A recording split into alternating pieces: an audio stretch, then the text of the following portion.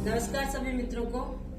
Yudhishthir story house के अंदर एक और पौराणिक कथा आपके सामने प्रस्तुत करने जा रही हूँ, जिसका नाम है एकलव्य की गुरु भक्ति। एकलव्य धनुष चलाने में अच्छी तरह से निपुण था, परंतु उसको एक योग्य गुरु की तलाश थी। एकलव्य भील पुत्र था और गुरु की तलाश में वो द्रोणाचार्य के पास में पहुंचे।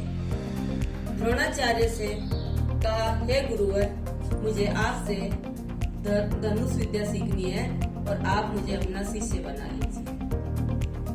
गुरु द्रोण ने जवाब दिया, हे एकलव्य, मैं सिर्फ राजकुमारों को ही शिक्षा प्रदान करता हूँ। एकलव्य ने गुरु द्रोण को प्रणाम किया और वहां से चले गए।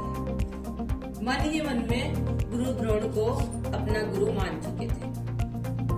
एकांत में जाकर उन्होंने गुरु द्रोण की मिट्टी की मूर्ति बनाई और उस मिट्टी को प्रणाम करके उसे गुरु के स्थान पर स्थापित किया और उस मिट्टी की मूर्ति के सामने निरंतर लगातार धनुष विद्या का अभ्यास करने लगे।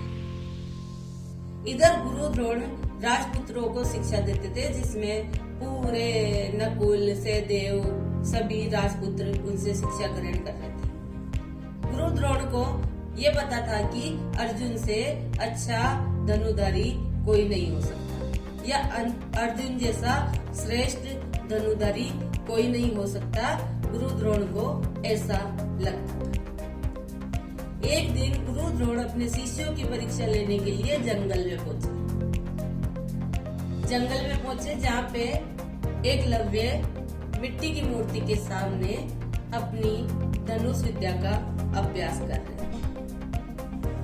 गुरु द्रोण के साथ में उनके शिष्य और एक कुत्ता भी था। जैसे ही जंगल में पहुंचे तो कुत्ता भौंकने लगा। भौंकने की आवाज सुन के एकलव्य ने अपने बाणों से उस कुत्ते का मुंह पूरी तरह से बंद कर दिया।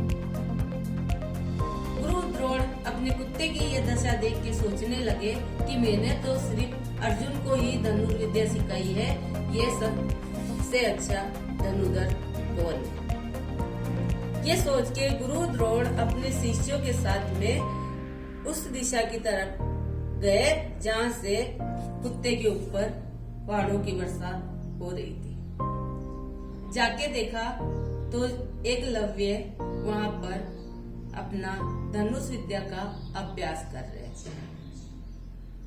गुरु द्रोण को आते देखकर एकलव्य ने उनको प्रणाम किया और उनसे आने का कारण पूछा।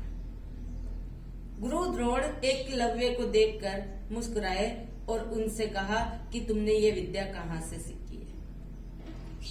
एकलव्य ने गुरु द्रोण की मूर्ति के साथ या उसके सामने इशारा करते हुए कहा कि ये मेरे गुरु है और इन्होंने मुझे ये शिक्षा दी है। गुरु द्रोण एकलव्य की गुरु भक्ति देखकर बड़े प्रसन्न हुए, पर गुरु द्रोण ये चाहते थे कि अर्जुन से श्रेष्ठ धनुधारी इस दुनिया में ना हो। उन्होंने एकलव्य को गुरु दक्षिणा देने के लिए कहा, हे वत्स एकलव्य, अगर मैं आपका गुरु हूँ तो कोई भी शिक्षा बिना दक्षिणा दिए पूर्ण नहीं होती है, इसीलिए मुझे आपसे गुरु दक्षिणा चाहिए। एकलव्य ने कहा, गुरुवर हुक्म करो। द्रोणाचार्य ने दक्षिणा में एकलव्य का सीधे हाथ का अंगूठा मांग लिया। एकलव्य इतना बड़ा धनुधर था और गुरु के प्रति श्रद्धा रखने वाला एक बालक बड़ी ही निष्ठा से अपने अंगूठे को काटकर गुरु द्रोण के चरणों में दक्षिणा के रूप में रख दिया। गुरु द्रोण ने एकलव्य को आशीर्वाद दिया और कहा कि तुम्हारे जैसा गुरु भक्ति में निपुण शिष्य पाकर मैं बहुत खुश हूँ, और इस संसार में जब तक अर्जुन का नाम चलेगा तब तक एकलव्य को अर्जुन के साथ याद किया जाएगा। एकलव्य की गुरु भक्ति के लिए उदाहरण दिया जाएगा। इस तरह से गुरु द्रोण ने एकलव्य को आशीर्वाद दिया और वहां से चले गए। इस कहानी से यह शिक्षा मिलती है कि करत करत अभ्यास के जड़मति हो ये सुजान।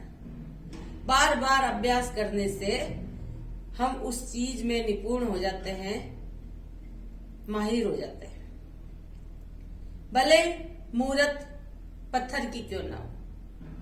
अगर जिसे हमें गुरु मान लिया है तो गुरु की कृपा अवश्य बसेगी। धन्यवाद दोस्तों, फिर मिलते हैं एक नई कहानी के साथ में।